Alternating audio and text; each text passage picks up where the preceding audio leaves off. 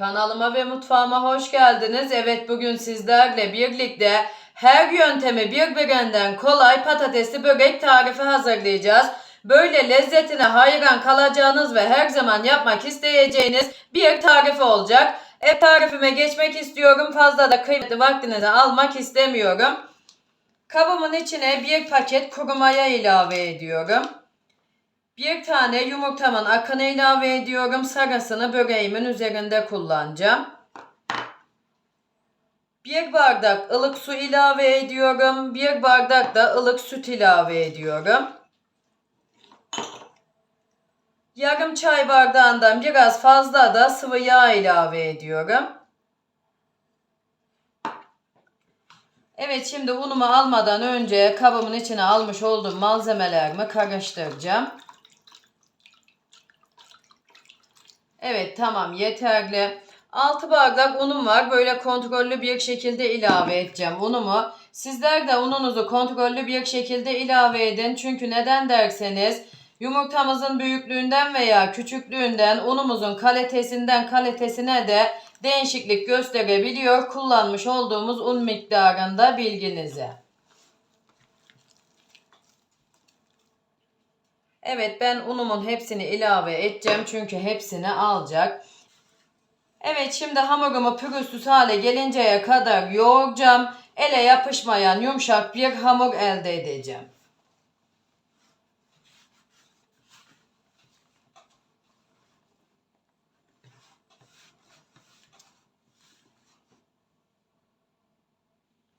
Evet, hamurumu pürüzsüz hale gelinceye kadar yoğurdum. Hemen şöyle yumuşaklığını da göstereyim.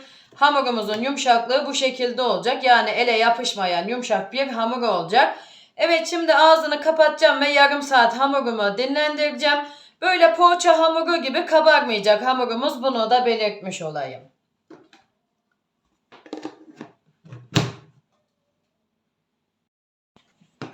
Evet, hamurumuz dinlendi. Hemen böyle bezeler haline getirelim. Hemen şöyle havasını almak istiyorum hamurumun.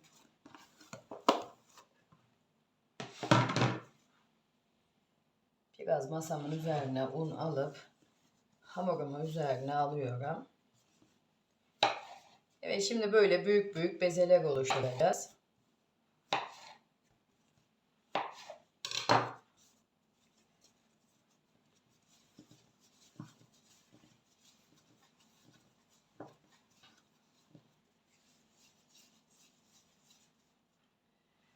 Hemen böyle kabımın içine alıyorum.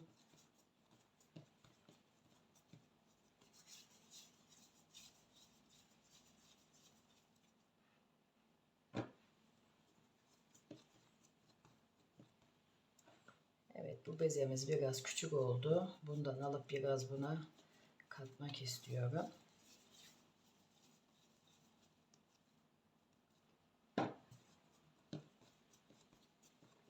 Evet, diğer hamurlarıma da sizlere gösterdiğim gibi beze yapıp bitireceğim. Evet, şimdi hamurumu 10 dakikada bezeler halinde dinlendireceğim. Biz de bu arada iç harcımızı hazırlayalım. Evet, hemen böyle karşıya almak istiyorum. İç harcımı hazırlayayım. Evet, burada 5 tane patatesim var. Patatesimi yumuşayıncaya kadar haşladım. Burada da bir tane soğanım var. Büyük boy doğradım ince olacak şekilde ve yarım çay bardağı sıvı yağ ile soğanlarımı yumuşayıncaya kadar kavurdum. Sonra da yarım yemek kaşığı da biber salçası ilave ettim. Sizler dilerseniz domates salçası da ilave edebilirsiniz. Evet, burada da baharatlarım var. Yarım çay kaşığı kimyonum, yarım çay kaşığı toz biberim, yarım çay kaşığı karabiberim, bir tatlı kaşığı da tuzum var. Hemen böyle üzerine ekliyorum patatesimin. Sonra soğanımı da ilave ediyorum. Karıştıracağım.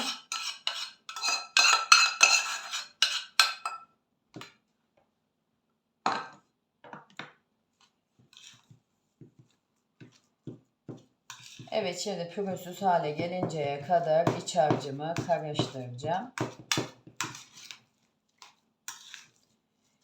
Evet, hemen böyle elime eldiven giyip eldivenle karıştıracağım iç harcımı. Çünkü bu şekilde zor olacak biraz benim için.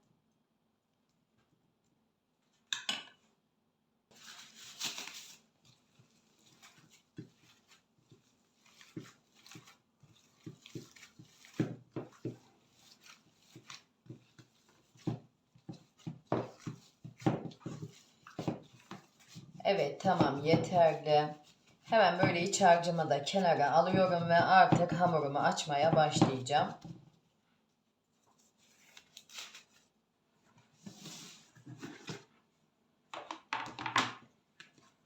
Evet, hemen bir tanesini alıyorum bezemin. Biraz masamın üzerine unluyorum hamurumun yapışmaması için. Evet, şimdi hamurumuzu tepsi büyüklüğünde açacağız.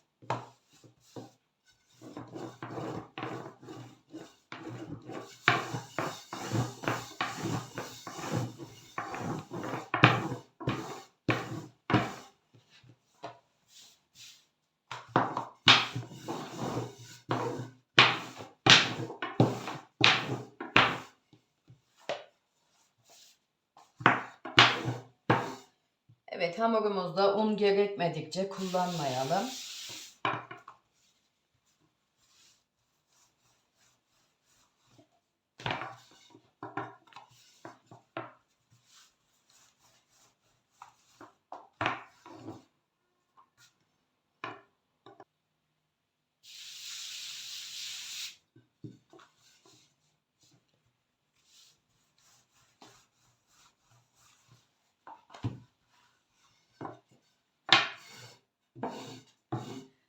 Evet, tamam, yeterli. Bütün bezelerimi bu büyüklükte açıp bitireceğim bilginize. Evet, bütün bezelerimi açıp bitirdim. Sizlere gösterdiğim gibi. Burada 200 gram eritmiş olduğum margarinim var. Sizler dilerseniz tereyağı da kullanabilirsiniz. Evet, hemen böyle açmış olduğum yufkamın içine yağımdan ilave ediyorum. Her tarafına gelecek şekilde dağıtacağım sonra.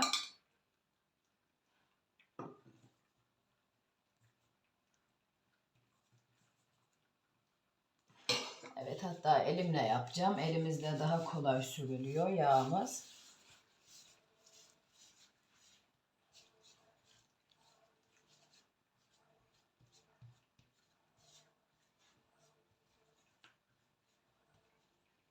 Evet, tamam. Şimdi hamurumu bu şekilde katlayacağım.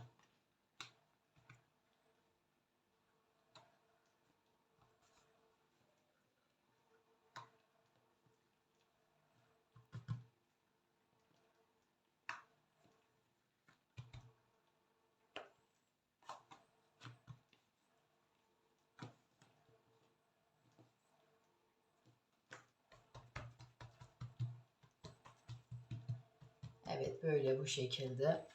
Hemen şöyle elimle bastırıp hamurumu büyütüyorum.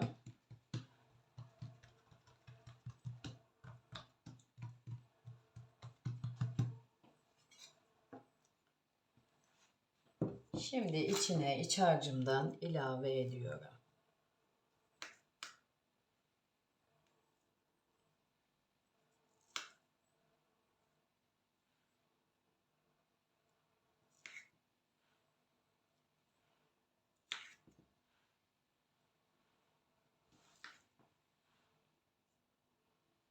Bu şekilde.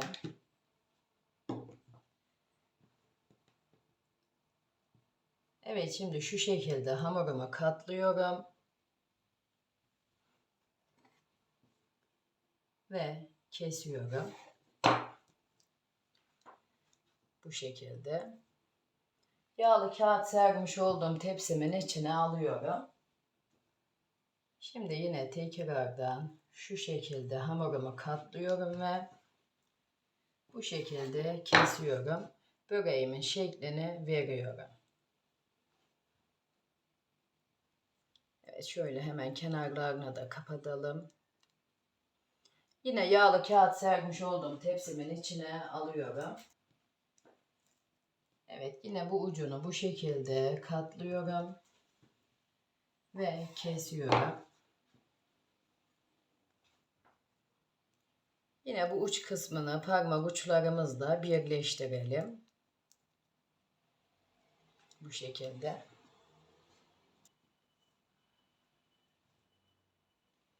Yine hamurumu bu şekilde katlıyorum ve kesiyorum.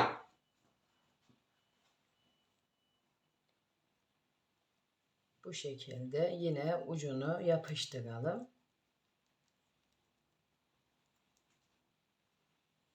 Bu şekilde. Evet, şimdi ikinci hamurumuzu da aynı şekilde hazırlayalım.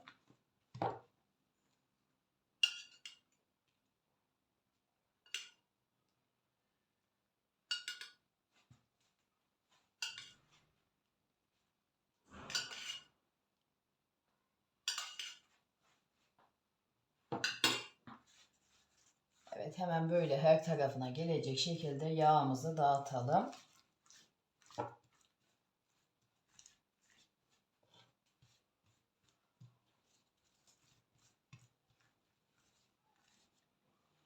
Evet, şimdi hamurumuzu katlayalım.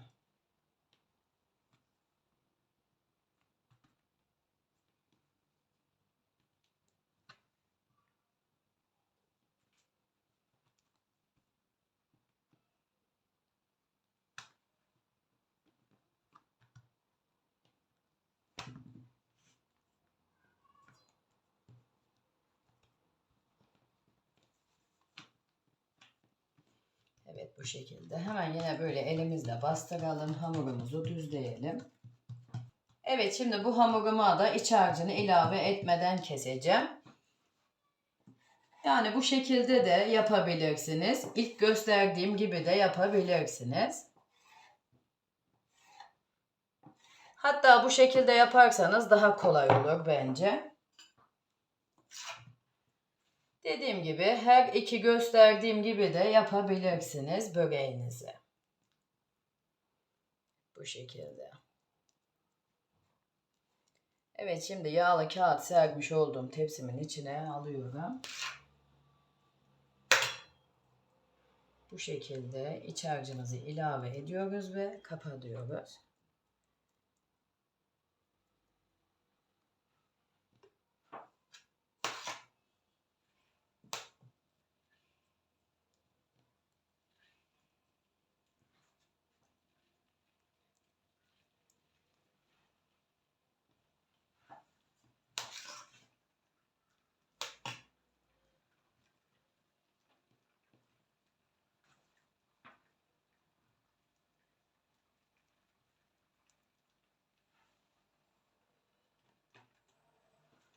Evet, şimdi hepsini sizlere gösterdiğim gibi yapıp bitireceğim, bilginize.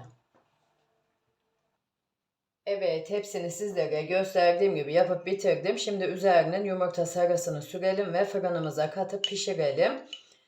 Bu arada hemen bunu da belirteyim. Dolu dolu 2 tepsi böreğim çıktı. Evet, böyle yumurtamızı eşit bir şekilde sürelim ki hepsi eşit kızarsın böreğimizi.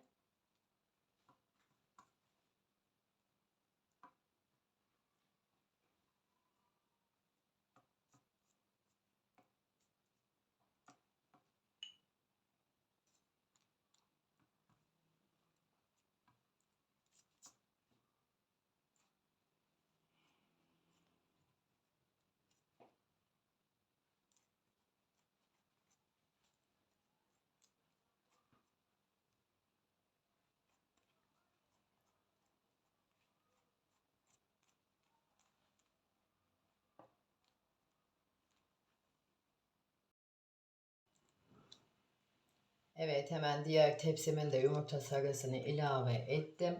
Şimdi fırınımı alt üst fan ayarlı 200 dereceye ayarlayacağım. Önceden 10 dakika ısındıktan sonra böreğimi katıp pişireceğim.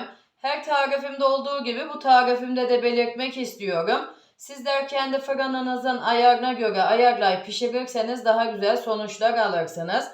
Çünkü neden derseniz herkesin fırınının markası aynı olmadığı için pişirmede de değişiklik gösterebiliyor, bilginize. Evet, böreğimiz pişti. Hemen böyle diğer tepsime de göstereyim, bakar mısınız? Yani kat kat milföy gibi bir börek tarifi oldu. Altı da üstü de eşit bir şekilde kızardı. Evet, hemen böyle bir tane alıp iç dokusunu da sizlerle paylaşmak istiyorum. Yani bakar mısınız, dışı pul pul dökülen, içi yumuşacık bir patatesli börek tarifi. Bakar mısınız, kat kat bir börek tarifi oldu. Kesinlikle kaçırmanızı tavsiye etmem. Yapılışı da çok kolay. Sizler de izleyince göreceksiniz ne kadar kolay ve güzel bir börek tarifi olduğunu. Ya şu çıtırtıya bakar mısınız? Şöyle altına da göstereyim. Yani pul pul dökülüyor, bakar mısınız? Evet, bugünkü tarifim de buraya kadardı. Umarım beğenirsiniz ve daha güzellerini sizler yaparsınız. Yine tarifimle alakalı aklınıza takılan sorularınız olursa yorumlar kısmına yazarsanız elimden geldiği kadar hızlı cevap vermeye çalışıyorum. Bunu da belirtmiş olayım. Evet, sizlerden de küçücük bir isteğim var. Hala kanalıma abone değilseniz bir tıkla abone olup bildirim tuşlarınızı açarsanız bundan sonraki gelecekteki bütün tariflerimden de haberdar olursunuz. Bana da destek vermiş olursunuz. Yine tariflerimi sosyal medyalarınızda sevdiklerinizle paylaşırsanız daha büyük kitlelere ulaşmama neden olursunuz. Evet, kendinize iyi bakın. Allah'a emanet olun. Hoşça kalın.